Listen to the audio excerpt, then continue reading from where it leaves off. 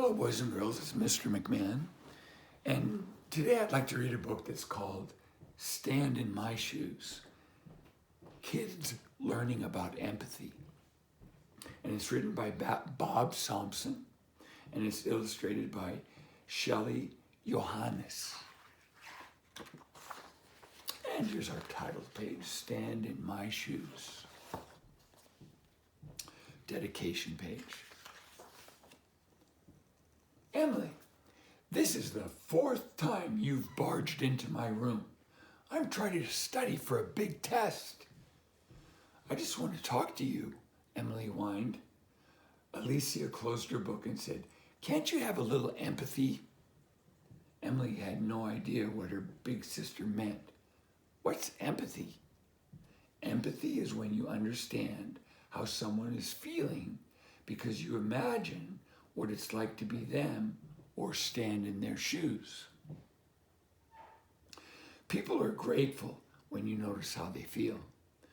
I'm worried about my test, and I'd really appreciate it if you'd scram so I can study.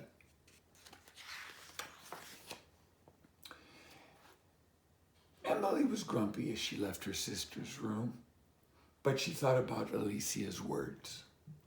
Would people really appreciate it if she noticed how they felt?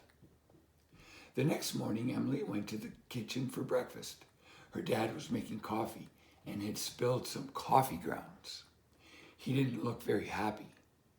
"Dad, are you in a hurry?" she asked. "Yes, sweetie. I have a big presentation at work and need to get going." Emily found a wet dish rag. "You look tired, Dad. How about I clean up the coffee while you get your other stuff together? Would that help?" For a moment, Emily's dad just looked at her. Then he hugged her. "You're the best, Em," he said as he grabbed his coat and hurried out the back door. It was drizzling outside as Emily waited for the school bus. As she pulled up, one of the older kids accidentally knocked into a little girl as she was getting onto the bus. Rosie lost her balance and sat down hard on the wet cement. "Hey," yelled Emily, "watch out for the little kids." Then Emily turned to the little girl.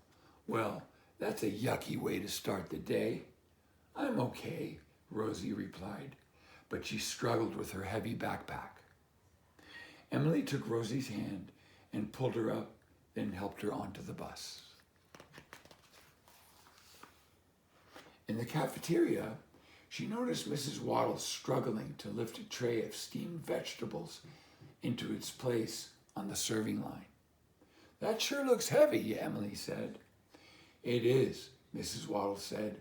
"I get a workout every day when I serve lunch." "That's quite a load," Emily said. Emily said to Mr. Redmond as he pushed the cart down the hallway. "I just hope I don't run into somebody." Emily decided to walk in front of the cart, yelling in a loud, clear voice, "Coming through! Art cart coming through!" "Get out of my way," Tommy said as he pushed Samantha, Emily's friend, out of the line. "It's my turn." Tommy did this a lot at recess. "Tommy, how'd you like it if I pushed you out of the way when you were waiting for your turn?" "Probably not good," Tommy replied. "I love the tire swing. Samantha loves it as much as you do, so don't push her and try to take cuts, okay?" "Sorry," mumbled Tommy as he walked to the end of the line. After school, Mr. Peterson said, "Hello, Emily. I hope you have a wonderful day." She stopped and looked at him. "I did have a wonderful day. But Mr. Peterson, every day you say something nice to me. You never forget." As she walked to her seat, Emily could hear Mr. Peterson greet each child as they got on the bus. She sat down next to Samantha.